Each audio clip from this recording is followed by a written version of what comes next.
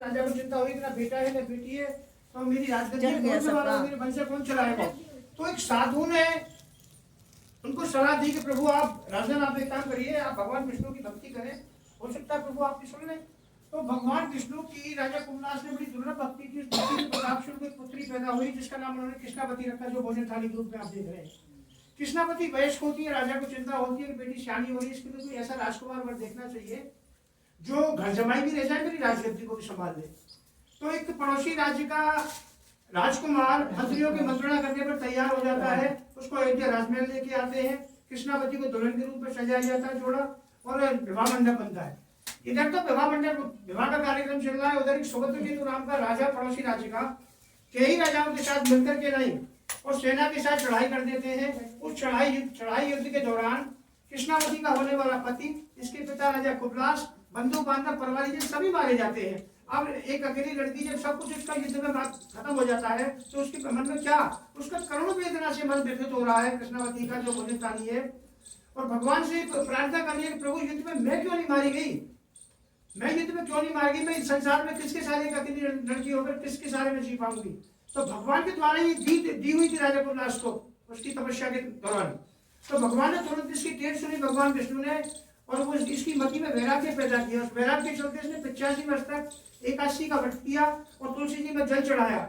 जब ये प्रकार भक्ति करते करते इसको 85 वर्ष हो गए, कृष्ण का शरीर हो गया, आटियों का ढांचा मात्र, तो उसके मन में आती है 85वें वर्ष में कि चलो आज मैं सरयू में स्नान करके आती हूँ।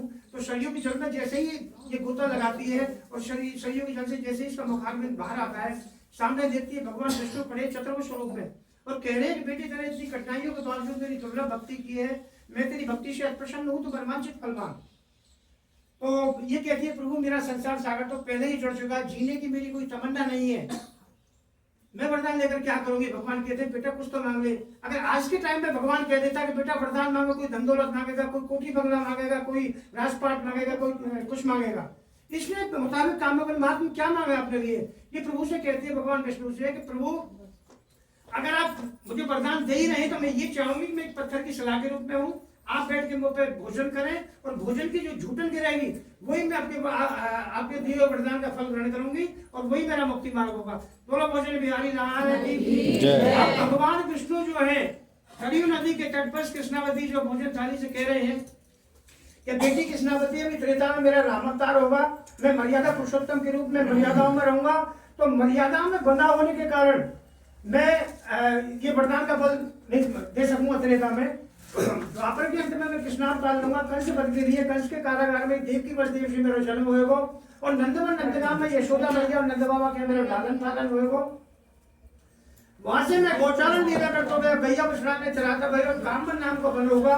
वहां तो इंद्रशैन पर्वत की श्रृंखला, जहाँ बैठे इंद्रशैन पर्वत है, वहां तो इंद्रशैन पर्वत की श्रृंखला में एक पत्थर की सलाह के रूप में होगी। जहाँ दिन मैं अपने दाऊ भैया के संग में और सखाने के संग में बैठ करके ना तेरे ऊपर छाट लीला या ग्वाल मंडला कर लेंगे भाई दिन तो ये सारा संसार सारा मृत्यु लोग एक कन्या के रूप में मान सम्मान पूर्वक भोजन थाली ग्रहण से जाने। बोलो भोजन बिहारी लाल की। तो आपको जल्दी है, कथा बहुत लंबी है, ये 5 कथाएं चलती है।